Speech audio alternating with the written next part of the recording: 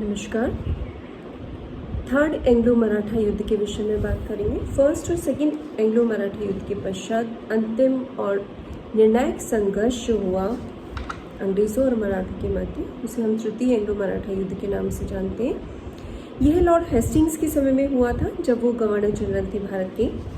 कारण इस युद्ध के जो कारण है वो इसकी पूर्व जो परिस्थितियाँ थी उन्हीं में निहित थे। लॉर्ड हेस्टिंग्स अत्यंत साम्राज्यवादी प्रवृत्ति के गवर्नर जनरल थे और उनका मुख्य उद्देश्य यही था कि तत्कालीन भारत की सबसे बड़ी शक्ति मराठों की ताकत को समाप्त कर उनके प्रांतों को कंपनी के साम्राज्य में सम्मिलित कर लेना। वेलेज़ली के समय में इस कार्य की शुरुआत हो चुकी थी और लॉर्ड हेस्टिंग्स इस कार्य को संपूर्ण करना चाहते थे। ऐसा कहा जाता है कि जो कार्य वेलेज़ली ने शुरू किया उसे लॉर्ड हेस्टिंग्स ने ख़त्म कर दिया। यानी मराठों से जो संघर्ष की निर्णायक शुरुआत वेलेज़ली के समय में हुई थी उसे हेस्टिंग्स ने पूरी तरह से समाप्त कर दिया। इसी क्रम में हेस्टिंग्स ने पिंडारियों को ख़त्म करने का अभियान शुरू किया था अक्टूबर 1817 में, और लगभग दिसंबर 1817 तक पिंडारियों को हेस्टिंग्स समाप्त कर चुका था। पिंडारियों को दबाने का जो मुख्य उद्देश्य था हेस्टिंग्स का, वो यही था कि वो मराठा शक्ति को कमज़ोर करना चाहते थे, क्योंकि पिंडारी जो थे वो मराठों के छापामार दस्तों में सम्मिलित थे और हेस्टिंग्स चाहता था कि मराठों के इन छापामार दस्तों को समाप्त कर दिया जाए और मराठों को सिर्फ मैदानी लड़ाई के लिए तैयार किया जाए, विवश किया जाए। पिंडारियों के विरुद्ध जो हेस्टिंग्स ने अभियान किया उससे मराठी चौकन्ने हो गए। मराठी स्वयं भी अपनी पहले की जो पराजय थी फर्स्ट सेकेंड एंग्लो मराठा युद्ध में, उसका प्रतिकार चाहते थे और अंग्रेज चाहते थे कि इससे पहले कि मराठा संघ एकजुट हो, पुनर्जीवित हो, उसके पहले ही मराठा शक्ति को समाप्त कर दिया जाए। तत्कालीन कारण की अगर हम बात करें थर्ड एंग्लो मराठा युद्ध की, तो वो कारण था बड़ौदा के जो शासक थे गायकवाड़, वो अंग्रेज़ों के संरक्षण में चले गए थे, लेकिन पेशवा पर उनके कुछ दावे थे। यानी पेशवा के साथ गायकवाड़ के कुछ विवाद थे और उस विवाद का निपटारा करने के लिए गायकवाड़ ने अपने मंत्री गंगाधर शास्त्री को पूना भेजा था। यहाँ किसी ने गंगाधर शास्त्री का वध करवा दिया और अंग्रेजों ने पेशवा के मंत्री त्रयंबक को हत्या के लिए उत्तरदायी ठहराया और त्रयंबक को बंदी बना लिया गया।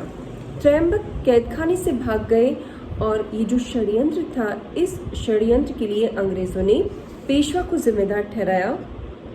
अंग्रेज़ जो रेजिडेंट थे एल्फिंस्टन, उन्होंने पेशवा से कहा 7 मई 1817 को उन्होंने दबाव डाला पेशवा पर और ये कहा कि 1 महीने के अंदर अंदर त्रयंबक को पेश किया जाए और रायगढ़, सिंहगढ़ और पुरंदर के जो दुर्ग हैं वो जमानत के रूप में अंग्रेज़ों को प्रदान कर दिए जाए। पेशवा पर दबाव डालने के लिए कर्नल स्मिथ ने पूना का घेरा डाल दिया, दुर्ग को अपने अधिकार में ले लिया। पेशवा ने 13 जून 1817 को हथियार डाल दिए और पेशवा ने एक नई संधि पर हस्ताक्षर किए जिसे पूना की संधि के नाम से जाना जाता है। 13 जून 1807 अंग्रेज़ों और पेशवा के मध्य पूना की संधि संपन्न हुई। इस संधि के द्वारा मराठा संघ को समाप्त कर दिया गया, यानी पेशवा ने मराठा संघ के अध्यक्ष पद को त्याग दिया। इसके अलावा पेशवा ने अंग्रेज रेजिडेंट के द्वारा ही किसी अन्य शक्ति से संबंध रखने की बात एक्सेप्ट की। पेशवा ने गायकवाड़ पर अपनी तमाम मांगे छोड़ दी। पेशवा ने अहमदनगर के दुर्ग, बुंदेलखंड, मालवा और शेष भारत के अधिकार कंपनी को दे दिए। पेशवा ने यह भी स्वीकार किया कि कंपनी चाहे तो पूना में अपनी सेना को रख सकती है और इसी तरह से पेशवा ने त्रयंबक जी को बंदी बनाकर अंग्रेज़ों को सौंपने का वायदा किया और उस समय तक के लिए त्रयंबक के परिवार को बंधक के रूप में अंग्रेज़ों के पास रखना स्वीकार किया। तो अंग्रेज़ों ने दबाव में लेकर पेशवा के साथ में ही संधि संपन्न की। इससे पूर्व अंग्रेज़ भोसले के साथ में संधि कर चुके थे। बरार के जो अप्पा साहिब भोसले थे उनके साथ में नागपुर की संधि ऑलरेडी वो कर चुके थे, जिसके तहत भोसले ने जो अपने विदेशी मामले हैं वो कंपनी के अधीन कर दिए थे। इसी तरह से सितंबर 1817 में लॉर्ड हेस्टिंग्स एक विशाल सेना लेकर कानपुर पहुंचा और सिंधिया को धमकी दी गई कि अगर वो विलंब करेगा संधि करने से तो युद्ध उसके साथ में किया जाएगा। तो सिंधिया को विवश किया गया और इस तरह से 5 नवंबर 1817 को सिंधिया के साथ में संधि संपन्न की गई। इस संधि के तहत सिंधिया ने पिंडारियों के विरुद्ध जो अभियान होगा उसमें अंग्रेजों को सहायता देने का आश्वासन दिया। इसी तरह से सिंधिया ने राजपूत राज्यों पर से अपने तमाम अधिकार छोड़ दिए, वो अंग्रेजों को मिल गए और अजमेर अंग्रेजों को प्रदान कर दिया। तो मराठे इस तरह से संधियों में बंद जाने के उपरांत अपनी स्वाधीनता खोकर बहुत दुखी थे और उन्होंने पेशवा के अधीन अंग्रेजों से संघर्ष करने के बारे में एक बार फिर से सौंपा। इस युद्ध में नागपुर के अप्पा साहेब भोसले ने भाग लिया, होलकर ने युद्ध किया और पेशवा ने युद्ध किया। सिंधिया संधि कर चुका था पहले, उसने युद्ध में भाग नहीं लिया और इसी तरह से गायकवाड़ तो अंग्रेजी संरक्षण में ही था, उसने भी इस थर्ड एंग्लो मराठा युद्ध में भाग नहीं लिया। पेशवा की सेना ने पुणे में अंग्रेज रेजिडेंसी पर आक्रमण किया, उसे जला दिया गया। अंग्रेजों ने पेशवा को किरकी नामक स्थान पर परास्त किया 5 नवंबर 1817 को।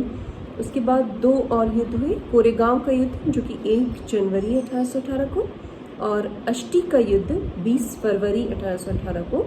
और इन 2 युद्धों में पराजय के पश्चात पेशवा पूरी तरह से पराजित हो गए।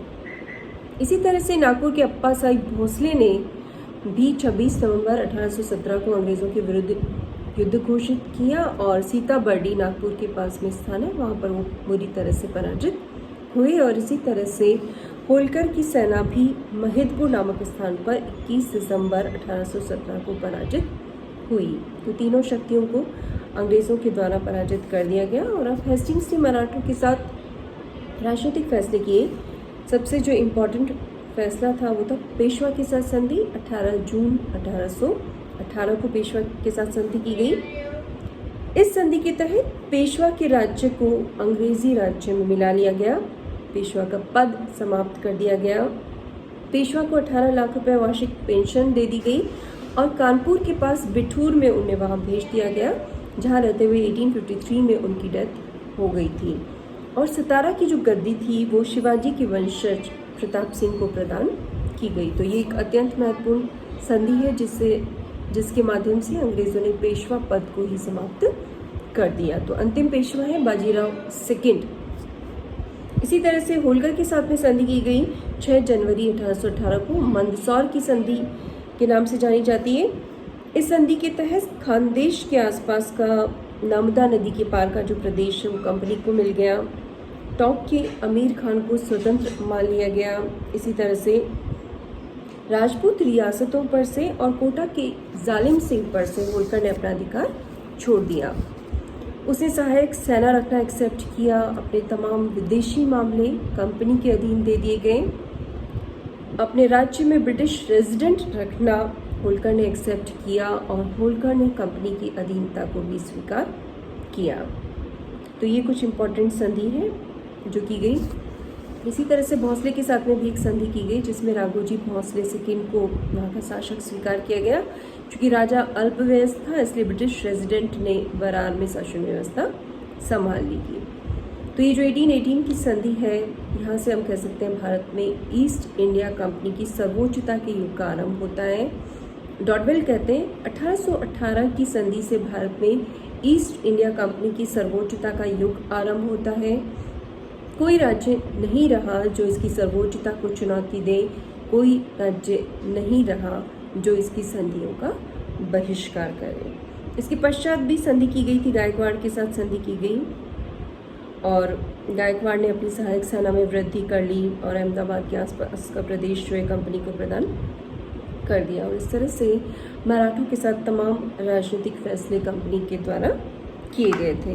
तो ये निश्चय हम कह सकते हैं कि जो कार्य वेलेस्ली ने आरंभ किया था मराठा शक्ति को समाप्त करने का, नियंत्रण में करने का, उसे लॉर्ड हेस्टिंग्स के समय में पूरा कर दिया गया। मराठों की इस युद्ध के पश्चात देश की जो भागडोर है वो पूरी तरह से अंग्रेज़ों के हाथ में आ गई।